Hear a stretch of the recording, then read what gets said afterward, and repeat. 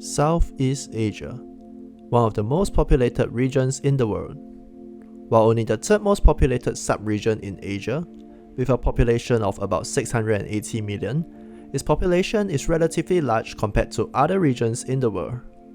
With such a large population, it is no surprise that the region has some of the world's most populated cities, with cities such as Bangkok, Manila, Jakarta, and Ho Chi Minh City all ranked as the top 25 most populated cities in the world. However, beyond the largest and most recognizable cities, Southeast Asia has numerous smaller cities that you may not know about, each with their own influence extending across the region and beyond. Today, we will take a look at 5 of these cities in Southeast Asia, all well known in their own countries and are regional powerhouses in their own right, but may not be a familiar name in the international stage.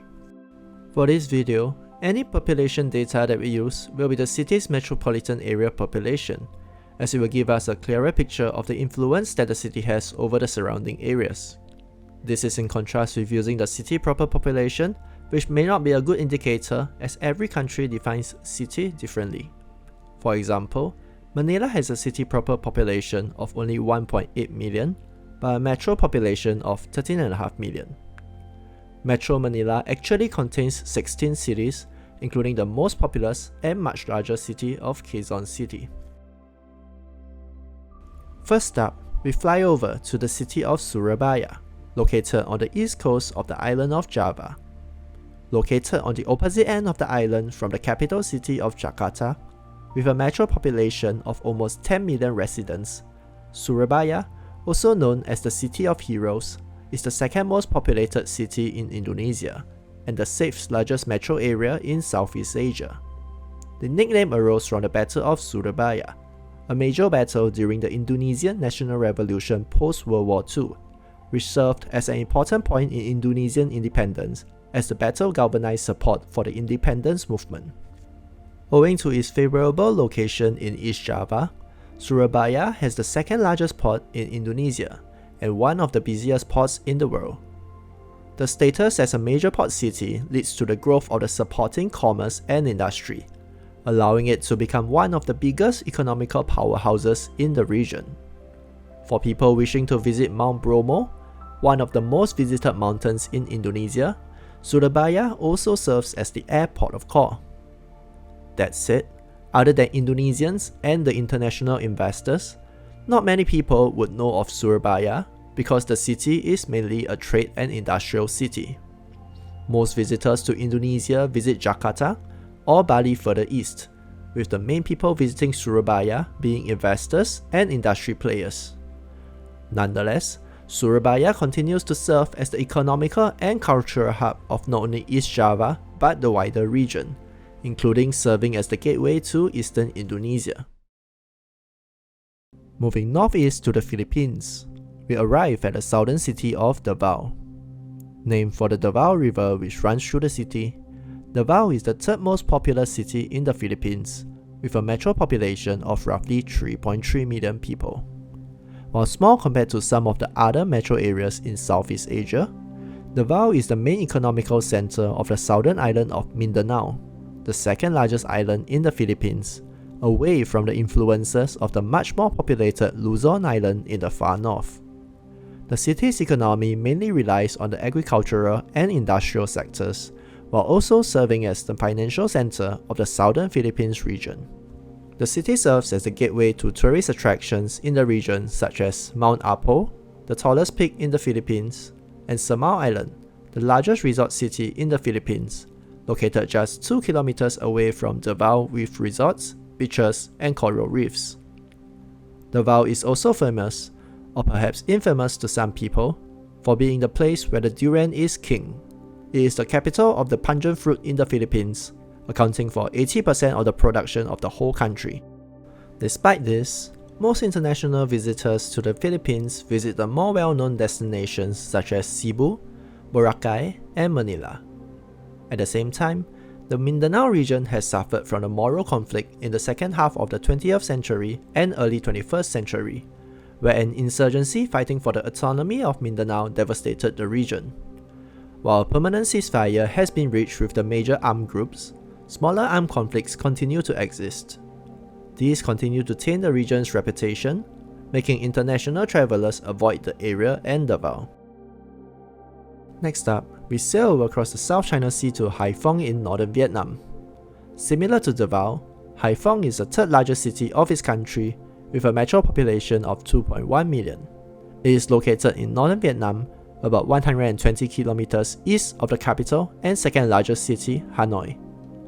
The name Haiphong roughly translates to coastal defense, a reference to the defense set up in the area by the female general Le Chen during the Trung Sisters Uprising in 43 BC against the Eastern Han Dynasty. Modern-day Haiphong is a mix of both man-made and nature.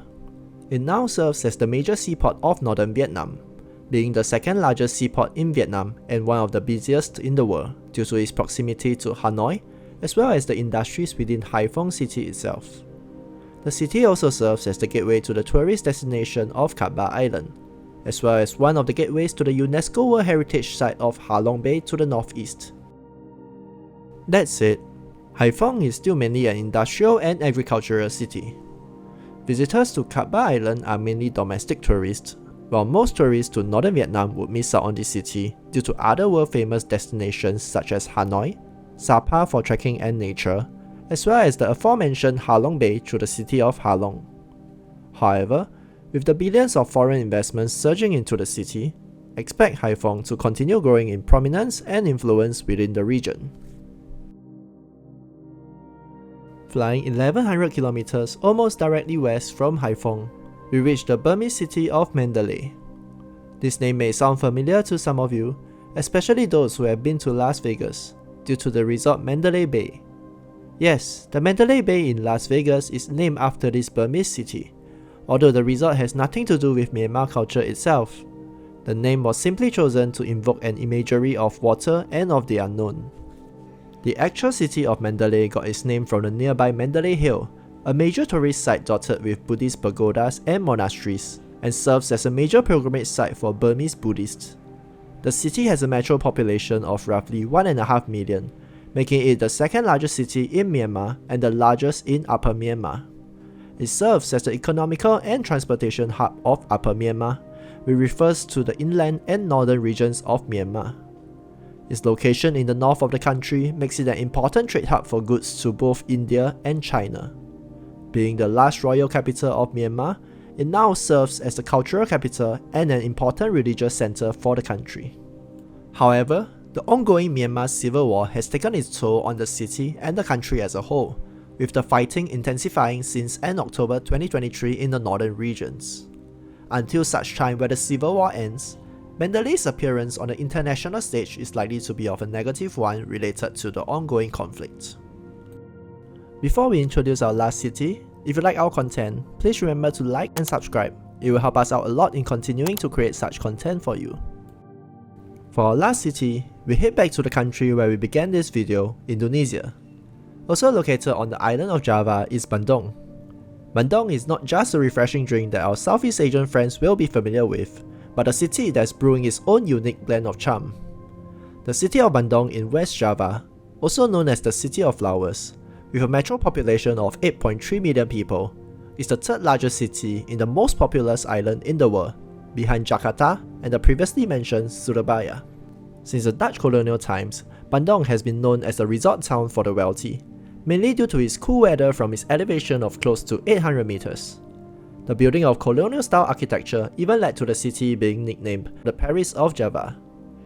Nowadays, the city is a popular tourist destination for Indonesians, mainly Jakarta residents due to its close proximity.